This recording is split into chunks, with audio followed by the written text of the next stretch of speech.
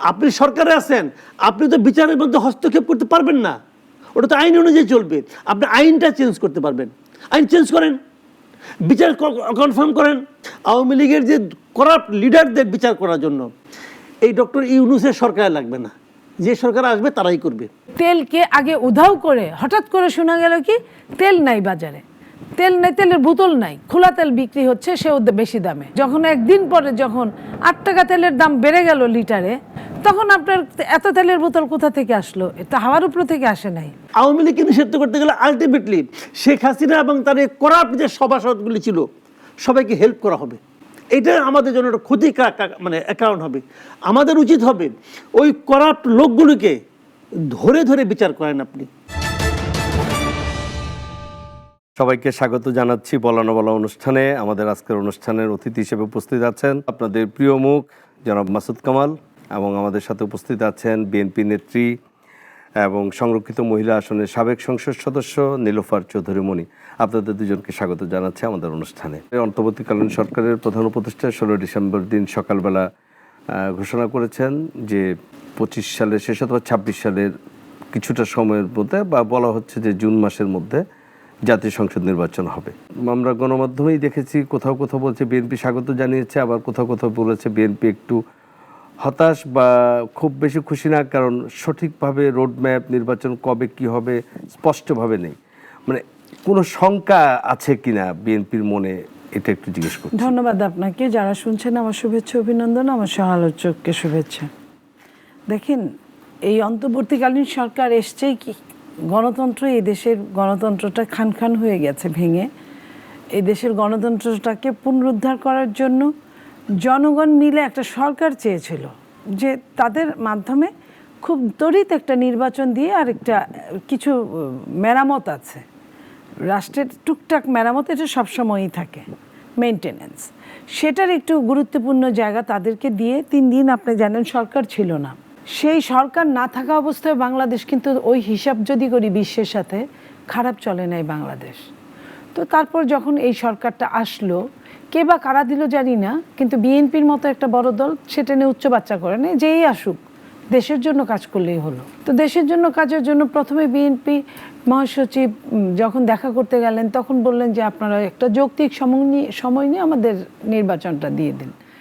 Secondly যখন আবার গেলেন তখন বললেন যে রোড ম্যাপটা দেওয়ার জন্য, তাও কোনো কথা যখন না বলছে, তারপরে একটা সময় বললেন যে আসলে কিভাবে নির্বাচন হবে বা কিভাবে, এটা জানতে চাইলেন।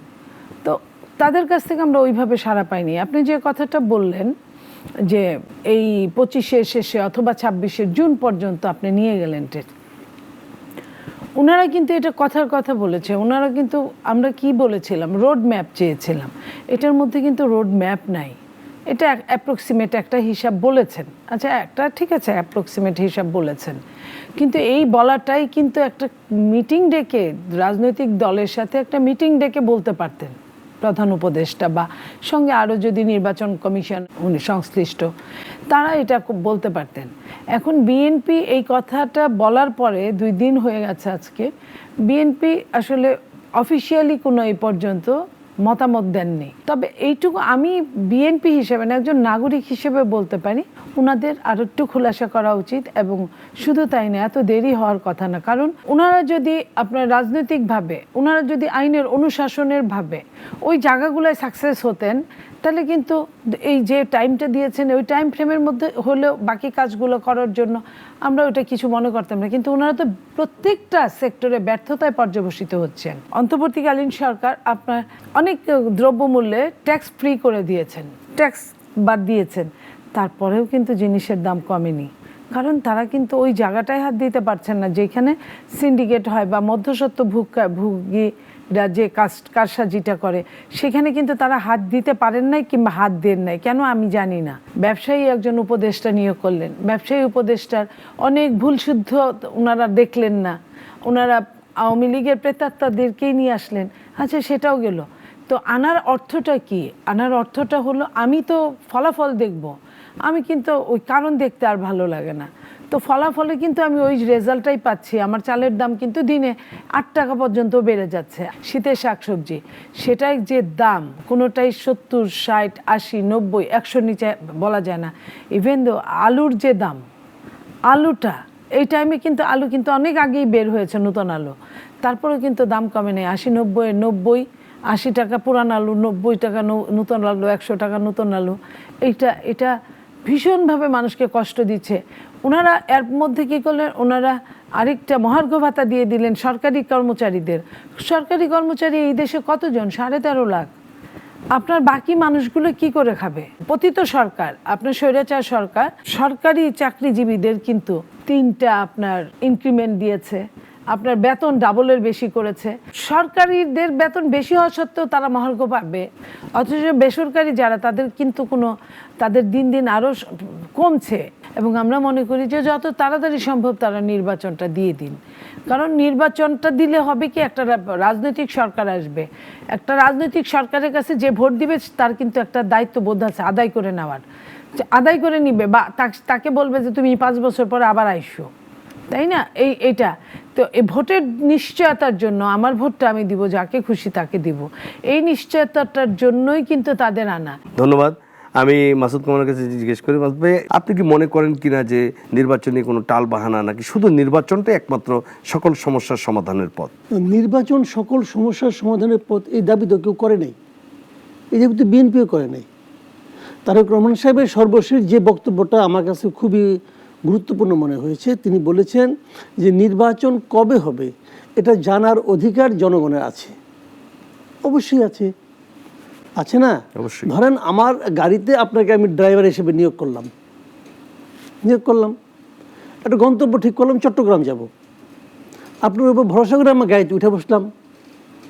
এখন আপনি গাড়ি 10 মিনিট পর পর থামায় চা বিস্কুট খান, আমি আপনাকে জিজ্ঞাসা করবো না ভাই আমি চট্টগ্রাম কয় পৌঁছবো? তারা খেলে আপসা কথা বলে, মানে হালকার উপরে ঝাপসা, একটা শব্দ আছে না, ওই হালকার উপরে ঝাপসা মারা খেলি, আর কিছু করলেই মন খারাপ করে। হ্যাঁ আমি এত আরামে আসছি, একটা কাজ করতেছি, এত আরামে একটা চেয়ার পাইছি, এটাও তোমরা নিয়ে নিতে চাও, ভাবখানা এরকম আর কি। তো এটা তো কাজের কাজ না। আপনারা তো এখানে থাকতে আসেন নাই, আপনারা এমন আচরণ কেন করেন? আপনারা থাকতে আসছেন, এবং সবচেয়ে বড় কথা হলো কি, থাকতে যে চান থাকার যোগ্যতা কি আপনাদের আছে? আমার তো সন্দেহ আছে। আপনি থাকবেন কেন ওখানে? আপনার কি যোগ্যতা আছে থাকার? কিছু তো বুঝতে হবে। প্রধান উপদেষ্টা বলেছেন যে আমি ছাত্রদের দ্বারা ভুল বলেছেন, উনি ভুল বলেছেন। উনি কি ঈশ্বর নাকি যা বলবো সব ঠিক? উনি এই দেশের মানুষ মাত্রই ভুল হয়। উনি ভুল বলেছেন। জনতারা ছিল এই আন্দোলনের মূল। জনতার মধ্যে ছাত্র আসে, ছাত্রের মধ্যে জনতা আসে না, মাথায় রাখবেন। জনতার মধ্যে ছাত্র আসে, এবং এই জনতারা এই আন্দোলনটাকে এই পর্যায়ে নিয়ে এসেছে বাই চান্স। তখন সামনে ছাত্ররা ছিল, তারাই তো আন্দোলনটাকে প্রথম চাঙ্গা করেছে। কি করেছে? কিভাবে? তারা ফ্রন্ট লাইনে না থাকলে, তারা ফ্রন্ট লাইনে কি হয়েছে? ফ্রন্ট লাইনে থাকবে কেউ না কেউ। আচ্ছা মুক্তিযুদ্ধ কে করছে? মুক্তিযুদ্ধ পয়েন্টে আসি, আপামর জনগণ করছে। আপামর জনগণকে ক্ষমতা আসছে না, আওয়ামী লীগ এসেছিল, বুঝে নেন, ঠিক আছে? এখানেও বুঝে নেন। কিন্তু বৈষম্য ইউনূস সাহেব যে কথাটা বলেছেন, ইউনূস সাহেব বাংলাদেশ সম্পর্কে তার ধারণা খুব কম, জাস্ট খুব কম। আপনি 10 বছর হিসাব দেন তো, গত 10 বছরে দেখেন ইউনূস সাহেব কতদিন বাংলাদেশে ছিলেন আর কতদিন দেশের বাইরে ছিলেন, হিসাব করে দেখেন আপনি। উনি এই দেশ সম্বন্ধে অত কিছু জানেন না। উনি যেহেতু উনি ব্যক্তিগতভাবে ক্ষতিগ্রস্ত ছিলেন, উনি ব্যক্তিগতভাবে আগে সরকারের দ্বারা ক্ষতিগ্রস্ত হচ্ছিলেন। আমি নিশ্চিতভাবে বলতে পারি ওনার এবার দায়িত্ব নেওয়ার পেছনে একটা সামান্য হলেও সেই প্রতিহিংসা জনিত আকাঙ্ক্ষা কাজ করছে। তার পরিচয় আমরা পেয়েছি। উনি আসার পরে উনার গ্রামীণ ব্যাংকের কর মওকুফ করে নেন নাই। উনি ক্ষমতা না থাকলে হয়তো। আমার কথাটা হলো কি, এই সরকার এসেছে কেন? বেসিক্যালি তাদের কাজ হলো দুটো। একটা হলো একটা নির্বাচন দেওয়া, আর একটা হলো কিছু সংস্কার করা। সংস্কারগুলি এ কারণে করা যাতে নাকি পরবর্তী সময় যারা ক্ষমতায় আসবে তারা যেন হাসিনার মতো স্বৈরাচারী আচরণ করতে না পারে, স্বৈরাচারে পরিণত না হতে পারে। এই দুটো হলো দৃশ্যমান চাহিদা তার কাছে জনগণের। আর তৃতীয় চাহিদাটা কি? তৃতীয় একটা চাহিদা আছে, ওটা হলো একটা অব্যক্ত চাহিদা, অনুচ্চারিত চাহিদা। সেই অনুচ্চারিত চাহিদাটা কি ছিল, যে যতদিন এই কাজগুলি আপনি করবেন ততদিন তো এই দেশটাকে চালাতে হবে, ততদিন আপনি এই দেশটাকে চালাবেন। আগে আমাদের জীবনযাপনের যে সংকটগুলি ছিল, সেই সংকটগুলি ছিল অপশাসন, অপব্যবস্থা, মাস্তানি, চাঁদাবাজি, সরকারি দলের এই একটা মানে তাণ্ডব, দুর্নীতি, এই সমস্ত কারণে ছিল। তো ওইগুলি তো আর সরকারি দল থাকছে না, কাজে এটা অটোমেটিক হয়ে যাবে। দেখা কি গেলো, যেটা নাকি খুব সহজ মনে করা হয়েছিল, এরা ওইটাই পারে নাই। মানে এরা এতটাই অযোগ্য, তারা ওইটাই পারে নাই। সিন্ডিকেট বাতিল করবে, যে বাণিজ্য মন্ত্রী সে তো নিজে একজন সিন্ডিকেটে তেলের দাম বাড়াই দিল 8 টাকা। ওই দেশের জনগণের সঙ্গে ওনার কোনো যোগাযোগ আছে? ওনার সঙ্গে যোগাযোগ হলো সিন্ডিকেটের মালিকদের সঙ্গে। উনি তো এই 1 টাকা আমি করতে পারছে, আর তো কোনো কাম করছে বলে আমার দেখা নাই। তখন এই লোকগুলিকে আমার প্রশংসা করতে হবে, যারা এই আন্দোলনে আহত হয়েছে, তাদের সবার চিকিৎসা এখন হচ্ছে। যান না, আহত যে কোনো একজন লোককে বলেন আপনার চিকিৎসাকে সুচিকিৎসা হচ্ছে, সে কি বলে জিজ্ঞাসা করেন। সে তো তাদেরকে হ্যাপি করতে পারে না, জনগণকে হ্যাপি করবো কি? তত্ত্বাবধায়ক সরকারের কোনো উপদেষ্টা কথা বলছিলেন যে কিছু কিছু রাজনৈতিক দলের জন্য আমরা সংস্কার কাজ করতে পারছি না, বা তাদের কাজে কর্মে নানাভাবে বাধা তৈরি করছে রাজনৈতিক দলগুলো। কিছু কিছু কথাবার্তা যেটা বিএনপি মহাসচিব খুবই মানে শক্তভাবে তার প্রতিবাদ করেছেন, এবং তিনি দেশে আসার পরেও বলেছেন এ ধরনের মন্তব্য কামনা করে না বা প্রত্যাশা করে না। এবং মাঝে মধ্যে আমরা দেখেছি যে রাজনৈতিক বিভিন্ন দল থেকে বলা হয় বিভিন্ন ষড়যন্ত্রের কথা। আমার প্রশ্ন হচ্ছে যে আওয়ামী লীগ তো এখন তাদের কার্যক্রমে সরকারে নাই, বিরোধী দলে নেই, কোনো রাজনীতিতে তারা নেই, তাহলে ষড়যন্ত্রের আভাসটা কোত্থেকে আসে? তারা বলেছে সংস্কার কারো কারোর জন্য হচ্ছে না, ঠিক মতো হচ্ছে না। আমি যদি আপনাকে বলি যে সংস্কার ওনারা দায়িত্ব নিলেন 8 তারিখে আগস্টের 10-15 তারিখে তো সংস্কারের টিম বানানো দরকার ছিল। তা না করে ওনারা 1-1.5 মাস দেরি করলেন। করার পরে ওনাদের অক্টোবরের 1 তারিখ থেকে ওনারা ঘোষণা দিলেন, সেপ্টেম্বর অক্টোবর গেল, আপনার আগস্ট গেল, 3 মাস গেল, অক্টোবরের 1 তারিখ থেকে ওনারা সংস্কারের কাজে হাত দিবেন। সংস্কারের কাজে হাত দিতে গিয়ে ওনারা কি করলেন, 1 তারিখে ওনাদের মনে পড়লো যে রাজনীতিবিদদের সঙ্গে কথা বলা হয় নাই। খেয়াল করেন আপনি, ওনারা তার তড়িঘড়ি করে 2 তারিখে একটা ডেট দিলেন রাজনীতিবিদদের সাথে। অথচ এই সংস্কার কার জন্য ইমপ্লিমেন্ট করবে? কে? রাজনীতিবিদরা।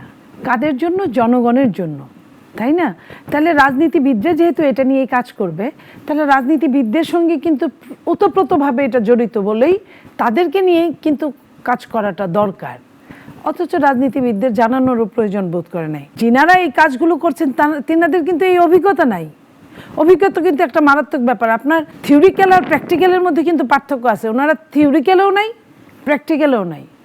তো দিলেন সংস্কার যাদের, তারা কাজ করবে। তারা ধরেন থিওরিক্যাল আছে, প্র্যাকটিক্যালে নাই। থিওরিক্যালে তারা তখন তাদের নিয়ে মনে হলো যে রাজনীতিবিদদের সঙ্গে কথা বলা দরকার আছে, কথা বললেন। এবং বিএনপির মতো একটা বড় দল, যারা কিনা অনেক দিন সরকার পরিচালনা করেছে, আগামীতেও যদি আল্লাহ রহমত করে, জনগণ যদি সুযোগ পায় আবার হয়তো করবেন, তাদের সঙ্গেও 20-25 মিনিটের বেশি কথা বলা হয় না। 20-25 মিনিটে তো ভাই কেমন আছেন, কি অবস্থা, ঘর কেমন, বাইরে কেমন, কি বুঝতেছেন, এই কথাগুলো বলতেই চলে যায়। তো তারা তাহলে কি কথাটা বললেন? তারা ওরকম কোনো কথা বললেন না। বের হওয়ার পরেও সারমর্ম ওরকম অকেজো সারমর্ম। তো যাই হোক, তারা কাজ করছেন। কাজ করার পরে 31শে ডিসেম্বর পর্যন্ত তাদের সময়।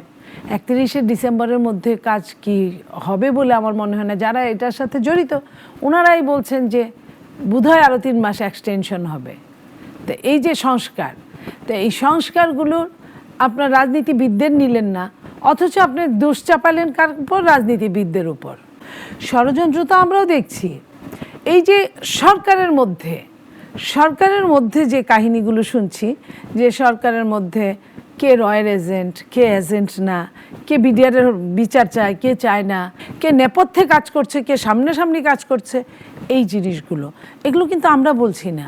যারা এই সরকারকে এর আগে সরকারকে আপনার ধ্বংস করার জন্য কাজ করেছে এবং এই সরকার আসার পরে সাধুবাদ জানিয়েছে, তারা সহ কিন্তু অন্যরা এই কথাগুলো বলছে। এটা কিন্তু বিএনপি বা অন্য কোনো রাজনৈতিক দল বলছে না।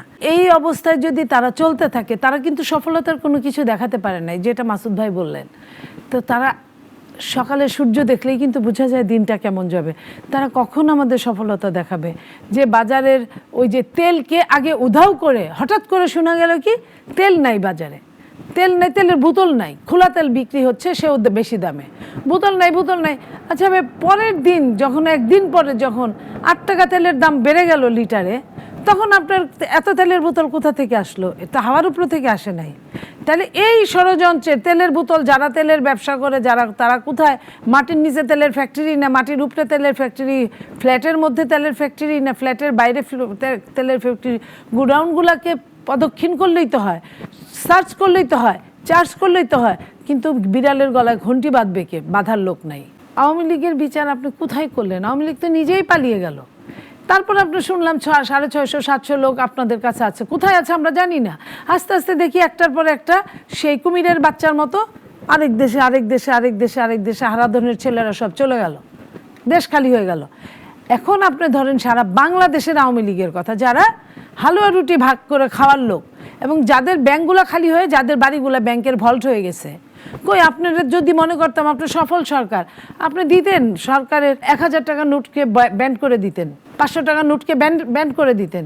তাহলে আপনার যে এই যে টাকার ছোটাছুটি, আগের সরকার যে আপনার ক্যাশ ছাপাইছে, ছাপানো টাকাগুলো তো বাইর হয়ে আপনার ঘরে যদি 100 কোটি টাকা থাকে, কথার কথা, আপনি একটা ফ্ল্যাট যদি করে থাকেন টাকা রাখার জন্য, তাহলে 100 কোটি টাকার তো আপনি বড় জোর 1-2 কোটি টাকা আপনি ক্যাশ করতে পারবেন টাকাটা বদল করলে। আপনি তো তা করেন নাই। তার মানে আপনি সরকারের সঙ্গে আঘাত করেছেন। বিএনপি যদি ক্ষমতায় আসে 1000 টাকা নোট, 500 টাকা নোট বাতিল করবে? আমি বিএনপি আস্তে আস্তে তো এগুলো অলরেডি সেভ হয়ে যাবে। আপনার সেভ 1-1.5 বছরে কোথায় কই সেভ হয়ে যাবে, এটার কোনো ঠিক নাই। আমি যেটা বলছিলাম, তা আপনার আওয়ামী লীগদের, সারা বাংলাদেশের আওয়ামী লীগদের কি আপনি ধরপাকড় করেছেন? যারা এত কিছুর জন্য দায়ী, এত মার্ডারের জন্য দায়ী, এত গুমের জন্য দায়ী, এত খুনের জন্য দায়ী। শেখ হাসিনা দায়ী, কিন্তু শেখ হাসিনা তো একাই দায়ী না। শেখ হাসিনা যাদের দিয়ে কাজ করাইছে, হুকুমের আসামি একটা আর করার আসামি একটা। তো যারা হুকুমের আসামি ছিল তারা না হয় পালাইছে, কিন্তু যারা করছে আপনি তাদের ধরেন না কেন? তো শত শত আসামি করা হচ্ছে, কোথায় ধরেছে? আওয়ামী লীগের নেতা কর্মীদের বিএনপির, শোনেন, বিএনপির সময়, আওয়ামী লীগের 15.5 বছরের সময় ঠাসা ছিল জেলখানাগুলা বিএনপির নেতাকর্মী দিয়ে। মাসুদ কামাল, সবকিছু মিলে আপনি কি মনে করেন যে এইটা কি সামনের দিকে কি পরিস্থিতি কি খুব ঘোলাটে হতে পারে, নাকি না পরিস্থিতি স্বাভাবিক আছে? সামনের দিকে যত দিন যাবে পরিস্থিতি ঘোলাটে হবে। আমি আপনাকে কারণটা বলি। দেখেন, এখন কারোর উপর কারো কোনো নিয়ন্ত্রণ নাই, কিন্তু গভর্নমেন্ট এক কথা বলতেছে, গভর্নমেন্টের নিয়োগকৃত কর্মচারীরা আরেক কথা বলতেছে, উপদেষ্টারা আরেক কথা বলতেছে। তারা সরকারের উপরে সরকার, ছাত্র উপদেষ্টারা এবং ছাত্ররা, বৈষম্যবিরোধী ছাত্র আন্দোলনের যারা লিডার আছে, তারা এর হুমকি দিচ্ছে, তার হুমকি দিচ্ছে তো। একজন উপদেষ্টা নিয়োগ করলো, 2 জন উপদেষ্টা নিয়োগ করলো, বললো যে ওরে সরিয়ে দিতে হবে আগামীকালকের মধ্যে। শুনলো না, তারা আছে। আবার ছাত্রদেরকে নিয়ে বিভিন্ন জায়গায় বসানো হচ্ছে। কালকে দেখলাম যে ওই আপনার জনপ্রশাসন মন্ত্রণালয়ে এক ছাত্র সাংবাদিকদের বলতেছে লেখাপড়া করে আসেন। ওর তো লেখাপড়া শেষই হয় না এই পর্যন্ত, মাস্টার ডিগ্রি পাস করে সাংবাদিকদের বলতেছে আপনাদের কি প্রশ্ন করতে হবে, ও প্রশ্ন শিখাই দিবে আমাদেরকে। না, ওর কাছে আমার প্রশ্ন শিখতে হবে। ও যেখানে পড়ে, এই পড়া আজকাল থেকে 20 বছর আগে, 30 বছর আগে শেষ করে আসছি। এখন ওরা হলো মেধাবী, নিজেদেরকে মেধাবী বলে। আমি ওদের বিরোধিতা করছি না, বাট যে সমস্ত কর্মকাণ্ড তারা করছে, মানে টু মাচ। এই দেশের নাগরিক আমরা না? ওরা তো এখানে ওইখানে উপদেষ্টার ওই সংস্কার কমিটিতে মেম্বার হওয়ার কারণে সে কিন্তু একটা ভাতা পায়। সে ভাতার টাকাটা তো আমি দিই, আমার ট্যাক্সের টাকা সে ওই ভাতা পায়। তা আমাকে সে জ্ঞান দেয় যে আমাকে কি প্রশ্ন করতে হবে, এটা তার কাছ থেকে আমার শিখতে হবে। সাংবাদিকতা বুঝে তুলতে মাথায় উঠাইছেন আপনি। টু মাচ এগুলি হচ্ছে, কারণ কি কারোর উপরে কারো কোনো নিয়ন্ত্রণ নাই। আরেক উপদেষ্টা, সে নাকি হিমালয় থেকে বঙ্গোপসাগর পর্যন্ত নতুন ম্যাপ বানাবে বলতেছে, যার যা ইচ্ছে বলতেছে, সব জ্ঞানী, সব সক্রেটিস। তো এগুলি সহ্য করতেছে কারা? আমি বাইরের লোক ভাই, আমি সাংবাদিকতা করি, আমার কাজটা প্রশ্ন করা। আমি কিন্তু প্রশ্নগুলি করতেছি, উত্তর দেন। দেখেন, আমি একটা কথা বলি, এই মাহফুজুল আলম সম্পর্কে বলি। উনি উপদেষ্টা, কিন্তু উনি আবার সংবিধান সংস্কার কমিটির সদস্য। এবং সংবিধান সংস্কার যে কমিটিটা আছে, এই কমিটির মধ্যে কেউ উপদেষ্টা পদমর্যাদার আছে? কেউ নাই, উনি একলা। তো উনি যখন একজন উপদেষ্টা, যখন ওই সংস্কার কমিটির সদস্য হয়, তখন পদাধিকার বলে তার উপরে কে কথা বলবে? এটা হলো কিছু? ওনাকে উনি সদস্য বানাইতে হবে কেন? ওনাকে অন্য জায়গায় নিয়ে যান। এটা আমি বলবো, কোনো ব্যালেন্স নাই। এই সরকার টিকে আছে আমাদের জনগণের জন্য। এই জনগণ এই সরকারকে সফল করতে চায়। এই প্রথম একটা সরকার ক্ষমতায় আছে, সেই সরকারকে টিকিয়ে রাখার জন্য দেশের সর্ববৃহৎ রাজনৈতিক দলের শীর্ষ নেতারা বলে এই সরকার ব্যর্থ হলে আমরা ব্যর্থ হব। এর আগে কখনো হয়নি এরকম। এর আগে এত সাপোর্ট কোনো সরকার পায় নাই। এই এত সাপোর্ট বহন করার ক্ষমতা এদের নাই। ওরা চায় না support। এত সাপোর্ট পেয়ে মাথা খারাপ হয়ে গেছে, যে যা ইচ্ছা বলতেছে, এবং তারা ভাব দেখাচ্ছে তারাই সব বুঝে। কাজ কি ভাই? কাজ হলো আপনার দুইটা, কিছু সংস্কার করা এবং নির্বাচন করা। ওনারা যে আদৌ কোনো ভালো সংস্কার করতে পারবেন তাই আমার মনে হয় না। সংস্কারের যে কমিশনগুলি হয়েছে, এই কমিশনগুলি খুব ভালো কমিশন হয়েছে, এই লোকগুলি খুব যোগ্য। আপনি মিডিয়ার সঙ্গে অনেকদিন ধরে আছেন, মিডিয়া সংস্কার কমিটি যাদের আছে এদের কজনকে আপনি চিনেন? এই 3 দশকে আপনি আছেন যে মিডিয়াতে, কজনকে আপনি চিনেন? এরা বাংলাদেশের মিডিয়া বুঝে ফেলাবে। মিডিয়া কমিশনের সভাপতিকে সে ব্রিটেনের নাগরিক, উনি তো ব্রিটিশ নাগরিক রে ভাই। একজন ব্রিটিশ নাগরিক আমার মিডিয়া কি বুঝে? সে তো বিশাল বুঝে। সে তো মাঝখানে আসছিল প্রথম আদালতে চাকরি করার জন্য। প্রথম আলোতে চাকরি করতে পারলো না কোনো সে। তার থিওরিতে আমাদের মিডিয়া বুঝে না। বিবিসির সাংবাদিকতা কিন্তু বাংলাদেশের প্রথম আলো সাংবাদিকতা না। বিবিসির পাঠক অথবা দর্শক কিন্তু বাংলাদেশের পাঠক অথবা দর্শক না। জনগণকে এই শেখ হাসিনার আমলে 15 বছর ধরে নিষ্পেষিত হয় নাই, নির্যাতিত হয় নাই, শোষিত হয় নাই, হয়েছে। 15 বছর ধরে বিরক্তি জমতে জমতে জমতে জমতে একদিন ধাক্কা দিছে। সিম্পল, এটাই কথা। আপনি কে এটা ইম্পর্টেন্ট না, কিন্তু আপনি কি করছেন এটা ইম্পর্টেন্ট। আপনাকে আপনার উপর আমার অগাধ প্রত্যাশা, এই প্রত্যাশা আপনি কতটুকু মেটাতে পারছেন এটা ইম্পর্টেন্ট। একটা প্রসঙ্গ এসেছে নীলপর্পা, সেটা হচ্ছে যে রাজনৈতিক দলগুলো যেটা সংস্কার, যেটা প্রফেসর ইউনূস বলছেন, সংস্কার বলতে যেগুলো বলছে রাষ্ট্রীয় ক্ষমতার ভারসাম্য, এক ব্যক্তিকেন্দ্রিক ক্ষমতামুখী না করা, যেমন সংসদে 70 অনুচ্ছেদ বাতিল করা, মানে যেগুলো বলছে। আবার রাজনৈতিক দলদের বক্তব্য হচ্ছে যে আপনারা প্রস্তাব করতে পারেন, কিন্তু সংস্কার করবে কারা? এটা তো আসলে সংসদ ছাড়া হবে না। আবার এখন বলা হচ্ছে যে সরকারের উপদেষ্টারা বলছেন যে এটা ছাত্র জনতার বিপ্লবী সরকার যে কোনো আইন মানে না এবং সেটা কোনো আইন প্রয়োজন হয় না, তারা নিজেরাই সব কিছু করতে পারে। তাহলে আসলে কোনটা? বিপ্লবী সরকার বানালোটা কে? আমার কথা হলো বানালোটা কে? বিপ্লবী সরকার, বিপ্লবটা কি? এই যে ছাত্ররা এখন কি বিপ্লব করতে পারে? এই ছাত্ররা নিজেকে কি মনে করছে? পিছন থেকে বাবারা, চাচারা, মামারা সবাই মিলে তাকে ধাক্কা দিয়েছে। সামনে ছিল তাদের কি ছিল? তাদের টার্গেট কি ছিল? কোটা সংস্কার, দেশ সংস্কারের কাজ তো তাদের ছিল না। তারা যে চাকরি করবে, গেছে চাকরি করতে, এখন চাকরি করাচ্ছে মানুষকে। এটা তো চায় নাই। তাহলে আপনার শিয়ালের কাছে যদি মুরগি বর্গা দেন তাহলে তো হলো না। সে গেল চাকরি আনতে, তাকে আপনি দেশ দিয়ে দিলেন। দেশটা কি এত সহজ হয়ে গেল? সহজটাকে করলো কে? আমি এই নেপথ্যের মানুষগুলো, ইতিহাস কিন্তু কাউকেই ক্ষমা করে না, করবে না। যে মাস্টার মাইন্ড, সামনে যারা মাস্টার মাইন্ড বলে, এরা কিন্তু কেউই মাস্টার মাইন্ড না। মাস্টার মাইন্ড যে খেলছে তারও কিন্তু একটা শেষ আছে। এই যে রাজনীতিবিদদের নিয়ে যে খেলাধুলা হচ্ছে, যে আপনি বললেন যে সংবিধান যদি রূপান্তর করে, প্রথমে তো তারা 72 সংবিধানই বাদ দিয়ে দিল। তার মানে একটা নতুন দেশ 72-এর বাদ দিলে একটা নতুন একটা আলোয়। কার সঙ্গে তারা যুদ্ধ করলো? যুদ্ধ কি ভিন দেশের সঙ্গে করছে? যুদ্ধ তো নিজেরা করছে। হ্যাঁ, হতে পারে ভিন দেশে কোনো কৃতদাস ক্ষমতায় ছিল, কিন্তু যুদ্ধটা তো নিজেরা করছে। ভিন দেশে যাতে একটা টুকা মারার ক্ষমতা এখন পর্যন্ত কারো নাই। মুখ দিয়ে বলছে আগে আমরা ইলিশ খাবো। আমরা কি ইলিশ খাইতে পেয়েছি? আমাদের ইলিশ 1700 টাকা কেজি। আমাদের গরিব তো দূরের কথা, ধনীও পারে নাই, মানে মধ্যবিত্ত পারে নাই। আমার ছেলে এখন বলে ইলিশ কি? ইলিশের জাতীয় মাছের নাম কি? পাঙ্গাস মাছ। তো যে সন্তান যে দেশের পাঙ্গাস মাছকে জাতীয় মাছ বলে, একটা জায়গা ওখানে চেঞ্জ করে দিছে। সেইখানে তারা যদি এই ক্রেডিট নেয়, এই যে মাস্টার মাইন্ড তারা চেঞ্জ করবে। আপনার কথা মতো যদি চেঞ্জ করে, কার কাছে দিয়ে জয়যুক্ত হয়েছে বলতে হবে? ওই যে প্রতিনিধিদের দিয়ে। প্রতিনিধি তারা মনে করছে এখন যে নিজেদের মতো করে নিজেদের প্রতিনিধি, বয়স কমাবে, এলজিআরডি আগে ইলেকশন করবে, তারপরে জাতীয় নির্বাচন দিবে, জাতীয় নির্বাচন দিয়ে এখানে সংখ্যাগরিষ্ঠ হবে, হয়ে সব বাচ্চারা দেশ চালাবে, বুড়ারা সব ঘরে ফিরে যাবে। বাচ্চারা যদি দেশই চালাতে পারতো তাহলে তো বাচ্চারাই চালাইতো, তাহলে তো অভিজ্ঞতার কোনো দাম থাকতো না, তাহলে তো তাই হতো। তা তো পৃথিবী নাগাদ হয় নাই।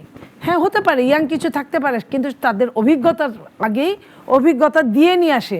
এরকম ছাত্রের আন্দোলন করতে করতে কুতকুত খেলতে খেলতে আপনার রাষ্ট্রপ্রধান হওয়া যায় না। তো এই যে রাষ্ট্রপ্রধান হতে গেছে, রাষ্ট্রের 12টা বাজাচ্ছে, এখন আপনার মনে করেন যখন ইলেকশন আসবে তাদের এরকম কিংস পার্টি অনেক হয়েছে, আমরা দেখেছি। তো এই এখন যারা আগামীতে দল করবে করে যে প্রাথমিক দল করেছে, সেই প্রাথমিক দলেও ভাঙন সৃষ্টি হয়েছে, সমস্ত বাংলাদেশে ভেঙে গেছে, দুই টুকরা হয়েছে, কোথাও কোথাও 2.5 টুকরা 3 টুকরা হয়েছে। তো যখন আপনার ফাইনাল করতে যাবে, আপনার অভিজ্ঞতা নেই, একজন আরেকজনকে চেনে না, কারণ পিছনে কেউ না কেউ খেলেছে, আমি অস্বীকার করছি না। সে খেলার লোক কার এজেন্ট সেটা হলো বড় কথা, এবং সেও 2 দিন পরে ধরা খাবে। আওয়ামী লীগের এত চারপাশে আমাদের বিশেষ দেশ, তাদের ছত্র ছায়ায় আওয়ামী লীগ 15.5 বছর হয়তো আমাদের খেয়ে ফেলতে পারছে, কিন্তু সমস্ত জীবন খাইতে পারে নাই, তাকে চলে যেতে বাধ্য হতে হয়েছে। সেইখানে আর যত রকমের জুজুবুরির ভয়ই দেখাক না কেন, বেশি দিন তারা ওইভাবে রাখতে পারবে না। কোনো একজন প্রবীণ রাজনীতিবিদরে বললাম যে কী অবস্থা দাদা, বলল যে দেখো না আওয়ামী লীগ গেছে, যত না সমস্যা হয়েছে দেখো না এটার কতটা সমস্যা হতে হয়। এই যে প্রবীণরা যে মাথা থেকে, প্রবীণদের মাথা থেকে যে এই যে টেনশনটা আসতেছে, এটা দেশের জন্য মঙ্গল কিছু না। তাদের যদি মিনিমাম যদি সেই বুদ্ধি থাকে, সেটা যে আমরা এটার ব্যাপারে এক্সপার্টিস না, আমরা কিছু এনজিও করেছি, এনজিওর কিন্তু এক একটা এনজিওর এক এক রকম কাজ, আপনি জানেন কিনা জানি না, যে এনজিও কেউ ক্রেডিট কাজ করে, কেউ বনের কাজ করে, কেউ হেলথ নিয়ে কাজ করে, একজন আরেকজনের জায়গায় জানে না, চিনে না, বুঝে না। আর এনজিও মানে নন গভর্নমেন্ট অর্গানাইজেশন, যখন গভর্নমেন্ট অর্গানাইজেশন হয় সে তো আরও বাকিটুকু অবস্থা কাহিল হওয়ার কথা। সো রাজনীতিবিদদেরকে নিয়ে তাদের কাজ করতে হবে, কাজ করা উচিত, যে কয়দিন থাকেন এবং যত তাড়াতাড়ি পারেন তাদের চলে যাওয়া উচিত। আপনি যদি চরমভাবে দলাদলির মধ্যে রাখেন, তারা কিন্তু হার বলবে না, না জয়যুক্ত হয়েছে বলবে। তাতে কি হবে, আবারও আমার কিন্তু 15.5 বছরের মতো, 1 বছর বলেন, 1.5 বছর বলেন, 2 বছর বলেন, আধা বছর বলেন, আমার কিন্তু আবার লস হবে। আগের সরকারও টাকা পাচার করেছে, এখনকার সরকারও যদি অন্য কিছু না বুঝে, শুধু টাকা পাচারটা বুঝে, তাহলে কিন্তু জাতির জন্য আরো অন্ধকার। কিছুদিন আগে ব্রিটিশ পররাষ্ট্র প্রতিমন্ত্রী দক্ষিণ এশিয়া এসেছিলেন বাংলাদেশ সফরে। তিনি যাওয়ার সময় একটা কথা খুব আচমকা বলে গেলেন যে আমরা সকল দলের অংশগ্রহণে একটি প্রতিনিধিত্বমূলক নির্বাচন দেখতে চাই, এবং যেটা জনগণের অংশগ্রহণমূলক নির্বাচন। এবং আস্তে আস্তে কথাটা উঠছে যে এর পরবর্তীতে আমরা দেখলাম আওয়ামী লীগকে নিষিদ্ধ করা এবং আওয়ামী লীগ নির্বাচন করতে পারবে কিনা। বিএনপি নেত্রী রুমিন ফারহানা একটি প্রেস কনফারেন্সে বলেছেন যে আওয়ামী লীগ কি ইলেকশন অংশ নিচ্ছে কিনা, নিলে কিভাবে নিবে। আবার যেটা নিরূপা আপা বললেন যে আওয়ামী লীগ নিষিদ্ধ হবে কি হবে না, এটা আমরা হাও বলিনি, নাও বলিনি। আওয়ামী লীগকে নির্বাচন করা সম্ভব আপনি মনে করেন? সম্ভব কিনা জানি না, এদেশে অনেক কিছু সম্ভব, অনেক কিছু সম্ভব না। দৃশ্যত মনে হয় সম্ভব হয়েছে, বাস্তবে সম্ভব হয়নি। যেমন আওয়ামী লীগ কিন্তু জামাতে ইসলামকে নিষিদ্ধ করেছিল, সম্ভব হয়েছিল? হয়নি। আওয়ামী লীগ তো বিএনপিকে বলেছিল যে বিএনপি নাকি একটি সন্ত্রাসী দল, তারা এটা বাস্তবায়ন করতে পেরেছিল? পারেনি। আওয়ামী লীগ তো বলেছিল জিয়াউর রহমান পাকিস্তানের চর ছিল, তো তারা সরকারে ছিল, তাদের গলার স্বর বেশি উঁচু ছিল, আমরা শুনেছি, কেউ মেনেছি? মানিনি তো। তো বিষয়গুলো এরকম, আপনি ক্ষমতা আছেন, আপনি অনেক কিছু করতে পারেন, কিন্তু তার আফটার ইফেক্ট কী হবে ইউ নেভার নো, যদি আপনি লজিক্যালি কাজটা না করেন। আমি গত 15 বছর যারা ক্ষমতায় ছিল আওয়ামী লীগের সেন্ট্রাল কমিটি, আওয়ামী লীগের সকল মন্ত্রী এবং আওয়ামী লীগের সকল সুবিধাভোগী যারা নাকি অন্যায়ভাবে, অনৈতিকভাবে সুবিধা ভোগ করেছেন, আমি এদের সকলের বিচার চাই এবং দৃষ্টান্তমূলক বিচার চাই। দৃষ্টান্তমূলক মানে এমন বিচার করতে হবে যে বিচার দেখে আরেকজন এই পথে অগ্রসর হতে ভয় পাবে, এটা আমি চাই। কিন্তু এদের সংখ্যা কত? এদের সংখ্যা লাখ ছাড়াবে না। বাংলাদেশে আওয়ামী লীগের সমর্থক আছে, আওয়ামী লীগের সমর্থক, আওয়ামী লীগকে ভোট দেয়, আওয়ামী লীগ বংশানুক্রমিকভাবে আওয়ামী লীগ পরিবার হিসেবে পরিচিত, এরকম লোকের সংখ্যা কয়েক কোটি। আওয়ামী লীগ বিএনপি এই দুটি হলো বড় দল। আওয়ামী লীগ চেয়েছিল বিএনপিকে নিশ্চিহ্ন করতে, জামাতকে নিশ্চিহ্ন করতে। বিএনপিকে নিশ্চিহ্ন করা অ্যাবসার্ড। আমি তখনও বলেছিলাম, আপনি কি এই বিএনপি যারা সমর্থক তাদেরকে নিয়ে কি আপনি বঙ্গোপসাগরে ফেলাই দেবেন? পারবেন না, এটা থাকবে। আপনি যতবার দমায় রাখবেন দইমা থাকবে। এই মানুষগুলো আপনি কী করবেন? তাহলে সবগুলিকে মেরে ফেলতে হবে। পারবেন না। জামাতকেই পারে নাই, জামাতের সংখ্যা তো সাপোর্টার তো এই আওয়ামী লীগ বিএনপির তুলনায় অনেক কম, তাদেরকে পারে নাই, বরং তারা আরও শক্তিশালী হয়েছে, আওয়ামী লীগকে পারবেন না। এখন যখন আপনি আওয়ামী লীগকে নিষিদ্ধ করতে যাবেন, এখন কিন্তু আওয়ামী লীগের যারা সাপোর্টার আছে তাদের মধ্যে কিন্তু শেখ হাসিনা, শেখ পরিবার, ওই ওবায়দুল কাদের, এদের প্রতি কিন্তু এক ধরনের বিতৃষ্ণা আছে যে আমাদের দলটাকে এই লোকগুলি নষ্ট করছে। তারাও কিন্তু পাইলে পরে তাদের ধরে পিটাবে, আমি একটা শিওর। কিন্তু যখন আপনি আওয়ামী লীগকে নিষিদ্ধ করতে চাইবেন, তখন কিন্তু ওই যে আওয়ামী লীগের যে চাপটা আসবে, এই চাপটা কিন্তু ওদের পক্ষে চলে যাবে। আওয়ামী লীগকে নিষিদ্ধ করতে গেলে আলটিমেটলি শেখ হাসিনা এবং তার এই করাপ্ট যে সভাসদগুলি ছিল সবাইকে হেল্প করা হবে। এটা আমাদের জন্য একটা ক্ষতি মানে কারণ হবে। আমাদের উচিত হবে ওই করাপ্ট লোকগুলিকে ধরে ধরে বিচার করেন আপনি।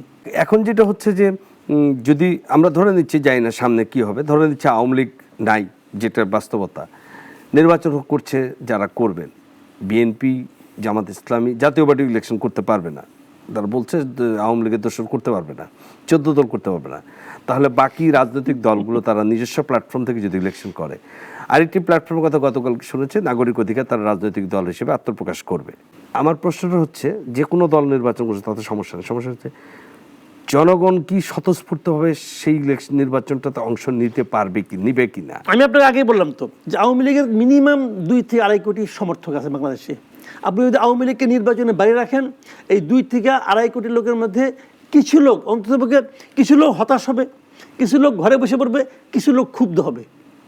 এই ক্ষুব্ধ হওয়ার সংখ্যাটা একদম কম হবে না। এটা আমাদের জন্য, গণতন্ত্রের জন্য কোনো ভালো কাজ হবে না। এটা আমি মনে করি আওয়ামী লীগকে নির্বাচনে আসতে দেওয়া উচিত। 2 নম্বর যে আওয়ামী লীগ, তাও যদি আপনি আওয়ামী লীগকে বাদ রাখেন তাহলে ইলেকশনে একটা বিশৃঙ্খলা হতে পারে বলে আমি মনে করি। 3 নম্বর হলো নতুন যে দলগুলো আসতেছে এদের আমি জানাই, ওয়েলকাম করি, তারা আসুক। এই নাগরিক সংগঠন কী কী হচ্ছে এরা সবাই আসুক। এই যে সার্জিস, হাসনাত, এরা সবাই আসুক। যদি 4-5টা পাবে কিনা আমি জানি না, পায় দেখুক, তারাও সেটা বুঝুক যে রাজনীতি কাহাকে বলে, ভোট কাহাকে বলে। ওইখানে বসে বসে এখন স্টুডেন্ট হিসেবে সরকারি গাড়ি নিয়ে বিভিন্ন জায়গায় যায়, সরকারি প্রোটোকল পায়, এটা এক জিনিস রে ভাই। জনগণের কাছে যাওয়া, জনগণের কাছ থেকে ভোটটা আদায় করা, তাকে বলে কথা বলে বুঝিয়ে ভোটটা সে আপনাকে ভোটটা দেবে, তাকে এই অবস্থায় আনা ভাই অত সহজ না। মাসুদ ভাই, যে জায়গাটাতে আবার ঘুরে ফিরে আসছে, যেই কথাটা 16 ডিসেম্বরেও আমাদের প্রধান উপদেষ্টা বলেছেন যে সংস্কার বিষয়টা, এই স্বল্প সময় তো সংস্কার যদি করতেও যায়, কমিটির সবগুলো রিপোর্ট জমা দেওয়ার পরে সবগুলো যেভাবে কার্যক্রম বাস্তবায়ন করা, সংস্কারটা যখন শেষ যদি না করতে পারে, তাদের কথা হচ্ছে যে পরবর্তীতে রাজনৈতিক দলগুলো সংস্কার করবে না, যেই ক্ষমতায় আসুক তারা তাদের ক্ষমতার সুবিধার্থে পুরনো শাসন ব্যবস্থায় রাখবে। তো সেক্ষেত্রে কি আবার আরেক দফা গন্ডগোল হওয়ার সম্ভাবনা আছে কি? আমি তো মনে করি, আমি প্রথমত বলি আপনাকে, তারা সবগুলি সংস্কার করার পরেও এই বছরের মধ্যে নির্বাচন দেওয়া সম্ভব যদি তারা সংস্কার করতে চায়। আর যদি না চায় সেটা ডিফারেন্ট থিং। যেমন আমি উদাহরণ দিয়ে বলি, 6টা সংস্কার কমিশন করেছে। এই 6টা সংস্কার কমিশনের প্রধানদের নিয়ে আবার আরেকটা জাতীয় ঐক্য কমিশন কি করেছে একটা। আচ্ছা ফাইন, হ্যাঁ, তো ঠিক আছে, এই কমিশনগুলো কবে দিবে তাদের রিপোর্ট? জানুয়ারি মাসের মধ্যে দিবে। এটি তো সময়সীমা, এর বেশি লাগবে না, লাগার কোনো কারণ নাই। আমি যদ্দূর জানি অনেকের রিপোর্ট হয়ে গেছে প্রায়। তুই জানুয়ারিতে তারা রিপোর্ট দেয়। জাতীয় ঐক্য কমিশন কী করবে? পলিটিক্যাল পার্টিগুলির সঙ্গে বসবে, এই কমিশনের প্রাপ্ত রেজাল্ট নিয়ে বসবে, আলোচনা করবে। ওইটা করে তারা একটা নির্দিষ্ট জায়গায় পৌঁছবে, সবাই মিলে কোনটা কোনটা চায়, কোনটা কোনটা চায় না, এই তো করবে। এটা করতে কতদিন লাগবে? 1 মাস, 2 মাস, 3 মাস? 3 মাসে তো হবে ভাই। ওই 3 মাস হয়, জানুয়ারির পরে 3 মাস হলে এপ্রিলের 31 তারিখে শেষ। তারপর আর কি কাজ বাকি? এটা নিয়ে হয়তো আরও কিছু এক্সপার্টের সঙ্গে বসলো যে এটা করলে কোনো সমস্যা হবে কিনা, না হবে কিনা। বসেন আপনি, আরও কয় মাস নেবেন? নেন আরও 2 মাস। তো এপ্রিল পরে মে, জুন, নেন আরও 1 মাস, জুলাইয়ের পরে সংস্কার আর কি বাকি আছে? হয়ে গেল। এখন আপনি এগুলি পলিটিক্যাল লিডারদের করে নেন যে আপনি এগুলি বাস্তবায়ন করবেন, আর তারপরে ইলেকশন দেবেন আপনি। এখন আপনি যদি জুলাই মাসে ইলেকশনের তফসিল ঘোষণা করেন, সেটা করতে 2026 জুন পর্যন্ত যাইতে হবে কেন? কেন যাইতে হবে? ইলেকশন কমিশন তো হয়ে গেছে। তারা বলছে যে তাদের যুক্তি হচ্ছে বিগত সরকারের অপরাধের বিচার, এর মধ্যে বিচার বিভাগ সংস্কার হয়ে যাবে, বিচার হবে আপন গতিতে। এর সঙ্গে ইলেকশনে কি সম্পর্ক রে ভাই? বিগত সরকারের বিচারের দায়িত্ব তো এই সরকারকে দেওয়া হয় নাই। তারা তো বিচার বিভাগে একটা সংস্কার করবে, বিচার বিভাগে যখন সংস্কার হবে তখন বিচার বিভাগ হবে স্বাধীন। ছাত্রদের বক্তব্য হচ্ছে যে আগে বিচার হতে হবে, কেন দর্শকদের বিচার, তারপরে নির্বাচন। বিচার আপনি করেন না, বিচার তো সেপারেট ভূমিতে অগ্রসর হবে। বিচারটা তো আপনি হস্তক্ষেপ করার কোনো সুযোগ নাই। আপনি সরকারে আছেন, আপনি তো বিচারের মধ্যে হস্তক্ষেপ করতে পারবেন না, ওটা তো আইন অনুযায়ী চলবে। আপনি আইনটা চেঞ্জ করতে পারবেন, আইন চেঞ্জ করেন, বিচার কনফার্ম করেন। আওয়ামী লীগের যে করাপ্ট লিডারদের বিচার করার জন্য এই ডক্টর ইউনূসের সরকার লাগবে না, যে সরকার আসবে তারাই করবে। ধন্যবাদ আপনাকে নীলপাপা। হাইকোর্ট থেকে পঞ্চদশ সংশোধনী একটা আংশিক বাতিল হয়েছে, কিছু অংশ হচ্ছে, তত্ত্বাবধায়ক সরকার ব্যবস্থা ফিরে এসেছে, গণভোট ফিরে এসেছে, কিন্তু একই সাথে জাতির জনক হিসেবে বঙ্গবন্ধুর নাম তারা বহাল রেখেছে, কিন্তু বলেছে যে এটা আমরা পরবর্তী জাতীয় সংসদে যারা আসবেন বা রাজনৈতিক দল যারা ক্ষমতা আসবেন তাদের বিবেচনার জন্য আমরা রেখে দিলাম, তারাই সিদ্ধান্ত নেবেন। আপনি এই বিষয়টাকে কিভাবে দেখেন? দেখেন, এটা আমি এইসব আইনের মধ্যে এখন যেতে চাই না। ঘটনা ঠিকই আইনের মাধ্যমে এটা পাশ করাতে হবে, কিন্তু আমি যেটা বলতে চাই, বাংলাদেশের স্বাধীনতা, ৭১-এর স্বাধীনতা যুদ্ধে কোনো একজনের অবদান ছিল না। উনি তখন দেশেই ছিলেন না, ওনার নামের উপর যুদ্ধ হয়েছে, আমি অস্বীকার করব না। শহীদ প্রেসিডেন্ট জিয়াউর রহমান প্রথম দিন ভাষণে বলেছিলেন আই মেজর জিয়াবু। হ্যাঁ, এর পরের দিন উনি বুঝতে পেরেছিলেন যে পাকিস্তানি কয়দিন পর পর কু হয়, আমি যেহেতু একজন আর্মি পার্সন, এটাকেও কু হিসেবে ওরা আখ্যায়িত করতে পারে। তখন উনি বলছিলেন on behalf of Sheikh Mujibur Rahman. ঠিক আছে, তো on behalf of Sheikh Mujibur Rahman সেটা কিন্তু সম্পূর্ণ পূর্ণাঙ্গ নাম ছিল, একজন নেতা, লিডার, আমি অস্বীকার করছি না, কিন্তু জাতির জনক বঙ্গবন্ধু এই কথাগুলো কিন্তু একটা প্রশ্নের উদ্রেক করে। আপনি নাও মানতে পারেন, আমি নাও মানতে পারি, উনি মানতে পারে। এখন সবার চুলচেরা হিসাবের মধ্যে একটা এই হিসাবটা আসতে পারে। স্বাধীনতার আপনার ৪০-৫০ বছর পর্যন্ত যে ভুলটা হয়েছে, পরবর্তীতেও সেটা ভুলটা টেনে নিতে হবে এমন কিছু না। তবে আমি যেটা মনে করি, লাইক আপনার আমেরিকার যে স্বাধীনতা হয়েছে, ওইখানে কিন্তু কয়েকজনকেই আপনার ওদেরকে ফাদার অফ নেশন মনে করা হয়, বেশ কয়েকজনকে। পৃথিবীর অনেক দেশে এরকম আছে। বাংলাদেশেও যিনি চলে গিয়েছিলেন, ওনার নাম দিয়ে যুদ্ধ হয়েছে, উনি হয়তো যেতে বাধ্য হয়েছিলেন বা গিয়েছিলেন। আমি অসম্মান কাউকেই করতে চাই না। আমি ওই লেভেলের যারা ভাসানী আছেন, শহীদ প্রেসিডেন্ট জিয়াউর রহমান অবশ্যই আছেন, তারপরে আপনার এমএজি উসমানী আছেন, হুসেন সোহরাওয়ার্দী আছেন, যারা এই দেশের স্বাধীনতার জন্য অনেক কিছু করে গিয়েছেন, মৌলানা ভাসানী থেকে শুরু করে আপনার যার যে অবদান আছে, আমি মনে করি তাদের অবদানটা ওইভাবে স্বীকার করা উচিত, এবং আগামী যারা সরকার আসবে ওইভাবে একটা লেভেলে আমরা স্বাধীনতার সত্যিকার সূর্য সৈনিকদের সম্মান করতে চাই। আমি একটু হাইকোর্টের যে রায় হলো, যে বদিউজ্জামান সাহেব বলেছেন যে এটা একটা ঐতিহাসিক রায়, দেশ আবার একটা তত্ত্বাবধায়ক সরকার ফিরে পেয়েছে এবং গণভোটের আয়োজনটা আবার ফিরে করতে পারবে। আপনি বিষয়টাকে কিভাবে দেখেন? না, তত্ত্বাবধায়ক সরকার ফিরে আসার যে ব্যাপারটা, এটা হাইকোর্টের রায়ের মাধ্যমে আসছে, এটা ভালো। কিন্তু যেহেতু আমাদের সংবিধান সংশোধন কমিশন তাদের কাজ করছিল, এবং আমার তো ধারণা আগামী নির্বাচনের আগেই সংবিধান সংশোধনের ব্যাপারটা হয়ে যাবে। সংশোধনের মানে কমিশনের রিপোর্ট এবং সবার মাধ্যমে সেটা একটা স্বীকৃতি হয়তো পেয়ে যাবে যে আমরা এটা করতে চাই। কাজে এটা তত্ত্বাবধায়ক সরকারের মাধ্যমে আগামীতে নির্বাচন হবে, এটা তো হাসিনা সরকার পতনের পর দিনই আমরা জানতাম যে তত্ত্বাবধায়ক সরকারের অধীনেই হবে নির্বাচন। এখানে ফরম্যাটটা কি, মানে আমার মূল ধারণাটা হলো যে এমন একটা সরকারের অধীনে নির্বাচন হবে যে সরকার নির্বাচনে অংশ নেবে না। সিম্পল কথা কিন্তু। তো সেই হিসেবে এইভাবেই হবে জানি আমরা। কাজে সেটা যদি হাইকোর্টের রায়ের মাধ্যমে আসে তাহলে একটা আইনগত বৈধতা পেল, এটা ভালো। এবং যেগুলো ওনারা চেঞ্জ করেন নাই, হয়তো বাড়তি বিতর্ককে এড়াতে চেয়েছেন, এবং সেখানে আগামী যখন সরকার আসবে, যখন আপনার সংবিধান সংস্কার কমিশন তাদের রিপোর্ট দিবে, সেগুলো নিয়ে রাজনৈতিক দলগুলোর সঙ্গে ঐকমত্য হবে, তখন আমার ধারণা অনেক কিছুই চেঞ্জ হবে। এখন যেটা দিচ্ছেন না সেটাও চেঞ্জ হবে, যেটা দিয়েছেন সেটাও গৃহীত হবে অথবা হবে না। গণভোট থাকাটা খুব ভালো, যে বিভিন্ন সময় বিভিন্ন রকম ইস্যু আসে যারা নাকি আসলে এই মুহূর্তের জন্য জরুরি, সেটাকে জনগণের মাধ্যমে এটাকে এক ধরনের রেটিফাই করার জন্য আমি মনে করি এটাও খুব ভালো আইডিয়া। তো এগুলি যেগুলো হচ্ছে এগুলি ভালো, আমি ইতিবাচক মনে করি এগুলোকে। কাজে এটা নিয়ে সমালোচনার কিছু নাই।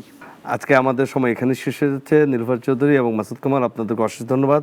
প্রিয় দর্শক, আপনাদেরকে আমরা ভালো দিন নিয়ে আমরাও যেতে চাই এবং আপনারা নিশ্চয়ই যেতে চান। নিশ্চয়ই আবার আগামী সপ্তাহে দেখা হবে বলানো বলা অনুষ্ঠানে। ততদিন ভালো থাকুন, সুস্থ থাকুন।